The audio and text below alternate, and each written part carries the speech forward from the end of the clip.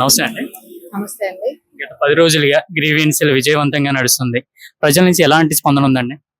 ప్రజల నుంచి చాలా అంటే ఈ స్పందన అద్భుతమైందని చెప్పడానికి కూడా బాధపడాలి. ఎందుకంటే గత ప్రభుత్వం ఏ స్థాయిలో ప్రజలను ఇబ్బంది పెట్టింది అనేది ఇప్పుడు వస్తున్న అర్జీలు గాని, గత 10 రోజులుగా పోటెత్తుతున్న జనం గాని, మాకు సమస్యలు అంటూ వచ్చి ఇంతమంది క్యూల్లో నించొని వికలాంగుల దగ్గర నుంచి, దివ్యాంగుల దగ్గర నుంచి, ల్యాండ్ పోయిన వాళ్ళు గాని, ఉద్యోగాలు పోయిన వాళ్ళు గాని, డిపార్ట్మెంట్ తో ఇబ్బందులు పడిన వాళ్ళు గాని, స్థానిక నాయకులతో ఇబ్బందులు పడిన వాళ్ళు గాని, అర్చకులు గాని, ఒక్కళ్ళని కాదండి, వాళ్ళని వీళ్ళని కాదు, లేదు ఎందెతికినా మనకి అవినీతి కనపడుతుంది. చాలా మిస్సింగ్ కేసులు, మహిళల మిస్సింగ్ కేసులు కూడా ఇప్పుడు చాలా వచ్చాయి. సో ఇది చాలా దౌర్భాగ్యంగా మనం చెప్పుకోవాలి. గత 5 ఏళ్లలో ఈ స్థాయిలో విధ్వంసం జరిగిందా అని చాలా బాధేస్తుంది. ఈ రోజు నేను ప్రత్యక్షంగా గ్రీవెన్సర్లో వస్తున్న అర్జీలను గమనించడం జరిగింది. ఒక్కొక్కల బాధ వర్ణనాతీతంగా ఉంది. సో ఇక్కడ సాధ్యమైనంత వరకు మనం వెంటనే సమస్యని పరిష్కారం చేయడానికి 100కి 100% మన ఎమ్మెల్యే గారు కంచిగర్ల రమేష్ గారు ప్రయత్నం చేశారు. అలాగే ఆ సాధ్యం కానివి, కొంచెం టైం తీసుకునేవి ఆ సర్టెన్ డిపార్ట్మెంట్స్ కి ఫార్వర్డ్ చేయడం జరిగింది.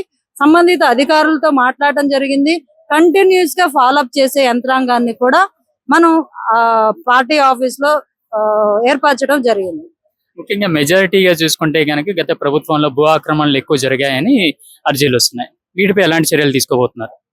ఎక్కువగా అవే ఉన్నాయి.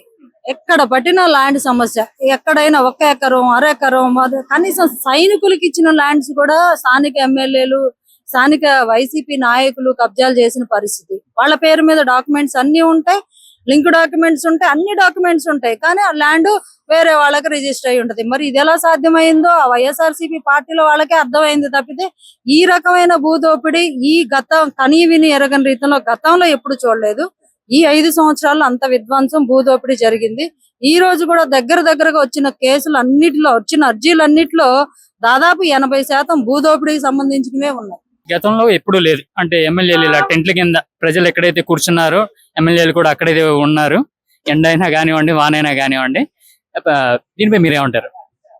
ఇదేనండి, ప్రజల వద్దకే పాలన వెళ్ళాలి. ఏదో ఎమ్మెల్యే అయ్యామని చెప్పి ఏసీ రూముల్లో కూర్చునే తత్వము పవన్ కళ్యాణ్ గారు కాదు. మన పార్టీ అధికారంలో ఉంటే మనం ఏ స్థాయిలో పనిచేస్తాము, ఏ రకంగా రోడ్ల మీద కూర్చొని, టెంట్లో కూర్చొని ప్రజల దగ్గరికి వెళ్తాము, ఎలా వారి సమస్యలు తీసుకుంటాము అనేది ఇదే ఉదాహరణ. పవన్ కళ్యాణ్ గారు కూడా సైతం రోడ్ల మీదకి వచ్చి ప్రజల అర్జీలు తీసుకొని వాళ్ళతో మమేకమై వాళ్ళకి కావాల్సింది చేసి పెట్టడమే కదా ప్రజలు ఎన్నుకున్నది. మనకు బాధ్యత ఇచ్చింది ప్రజలు సేవ చేయడానికి. టెంట్లు ఏంది, రోడ్డు ఏంది, ఏదైనా ప్రజాప్రతినిధులు అనేవాళ్ళు ప్రజల దగ్గరకు ఉండాలా. అదే విధానం మన జనసేన అధ్యక్షులు వారు మాకు నేర్పించారు. ఎమ్మెల్యేలు సైతం ఈ రోజు టెంట్లో కూర్చుంటారు, ఎండలో కూర్చుంటారు, వానలో తడుస్తారు. ప్రజల కోసం ప్రజల కోసం ఎంత దూరం అయినా సరే ఎమ్మెల్యేలు వెళ్లేలాగా తయారు చేశారు. అలాగే పవన్ కళ్యాణ్ గారు మొన్న ఒక మంచి డెసిషన్ తీసుకున్నారండి. పంచాయతీల్లో జెండా వందనానికి సంబంధించి గతంలో 100-250 రూపాయలు మాత్రమే ఉండేది. అలాంటి దాన్ని ఇప్పుడు ఏకంగా 10,000, 25,000 చేశారు. దీనిపై మీరేమంటారు? అసలు ఈ 30 సంవత్సరాల నుంచి ఎన్ని ప్రభుత్వాలు మారాయండి, కనీసం దీని గురించి ఎవరైనా పట్టించుకున్నారా? So that is Pawan Kalyan గారి మార్క్. ఆయన మార్క్ పరిపాలన అనేది ఇలాగే ఉంటుంది. ఒక స్వతంత్ర సమర యోధుల గురించి, మనకు స్వతంత్రాన్ని తెచ్చిపెట్టిన యోధుల గురించి, ఆ రోజు మనం జరుపుకునే స్వతంత్ర దినోత్సవ వేడుకల గురించి, దాని అవసరం గురించి, రాబోయే భవిష్యత్ తరాలకి మన స్వతంత్ర పోరాటం ఎలా జరిగింది, ఎలా మన నాయకులు ఫైట్ చేశారు, మనం ఎలా సాధించుకున్నాము, దేశం కోసం త్యాగం చేసిన త్యాగ నిరతుల గురించి తెలుసుకోవాల్సిన అవసరము, ఆవశ్యకత ఉంది. కాబట్టే అది చెయ్యాలి. ఘనంగా క్విజ్ పోటీలు పెట్టాలి, ఆటలు పెట్టాలి, అన్ని రకాలుగా విద్యార్థుల్ని, వాళ్ళకి రాబోయే తరాలకి, నెక్స్ట్ జనరేషన్స్ కి వాటికి జరిగిన విషయాల్ని ఫార్వర్డ్ చేయాలి. సో అది ఇప్పటి వరకు లోపించింది. 100-250 ఏంటి, చిన్న విలేజ్ లోనే 100 రూపాయలు, 5,000 జనాభా ఉన్న దగ్గర ఏమో 250 రూపాయలు. దాంతో ఏమొస్తుందండి? ఒక బిస్కెట్ ప్యాకెట్ కూడా రాదు. ఇంకా ఘనంగా ఎలా చేస్తారు? సో ఘనంగా జరగాల్సిన అవసరం ఉంది, విద్యార్థులు తెలుసుకోవాల్సిన అవసరం ఉంది. కాబట్టి పవన్ కళ్యాణ్ గారు ఇమీడియట్ గా యుద్ధ ప్రాతిపదికన ఖజానా ఖాళీ అయినా సరే ఇది జరగాలి, అత్యవసరము అని చెప్పి ఈ స్వతంత్ర దినోత్సవ వేడుకలు జరుపుకోవాలని చెప్పి ఆయన ఆదేశాలు జారీ చేయడం జరిగింది. అందరికి పంచాయతీల్లో నిధులు పంపించడం జరిగింది.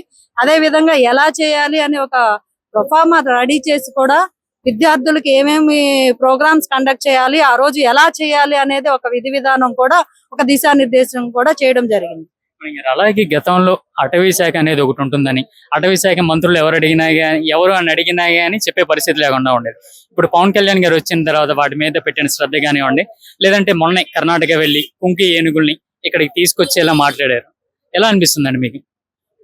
అదేనండి, ఒకళ్ళు బాధ్యతాయుతంగా ఒక నాయకుడు నడిస్తే ఎలా ఉంటది దాని ఇంపాక్ట్ అనేది ప్రజలు తెలుసుకుంటున్నారు. ఇంతకు ముందు ఏ మంత్రి ఎక్కడో, లేకపోతే ఏ శాఖకు సంబంధించిన మంత్రి ఆ శాఖకు సంబంధించి ఒక కంప్లీట్ అవగాహన వాళ్ళకి లేకపోవడం, అసలు ఏ శాఖకి ఏ మంత్రిలో కూడా ప్రజలు తెలుసుకునే ఇదిలో కూడా తెలుసుకుందామనే ఆసక్తి కూడా ప్రజల్లో లేకపోవడం, ఆ స్థాయిలో అంత నిరాశపరిచే పరిస్థితుల్లో పనిచేశారు కాబట్టి జనం కూడా పట్టించుకోవడం మానేశారు.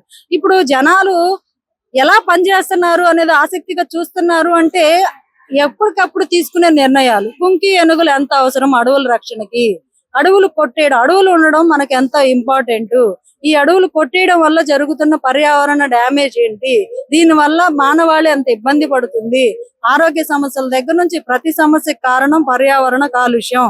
ఈ కాలుష్యాన్ని నివారించాలంటే అడవులను పెంచుకోవాలి, అడవులను నరుక్కోకూడదు.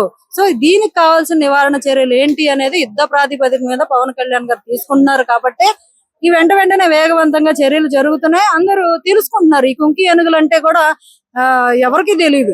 అవును, ఒక ఏనుగుల్లో కుంకి ఏనుగులు ఉంటాయా, అవి ఇలా ప్రొటెక్ట్ చేస్తాయా, సో ఏనుగులన్నీ ఒక గుంపుగా ఐకమత్యంగా ఉండేలాగా ఇవి ఇలాగా ప్రేరేపిస్తాయా అనే విషయం కూడా చాలా మంది తెలియదు. ఇప్పుడు తెలుసుకుంటున్నారు. పక్క రాష్ట్రాలకు వెళ్ళి మరి ప్రతిభ ఆర్జించడం, తీసుకురావడం.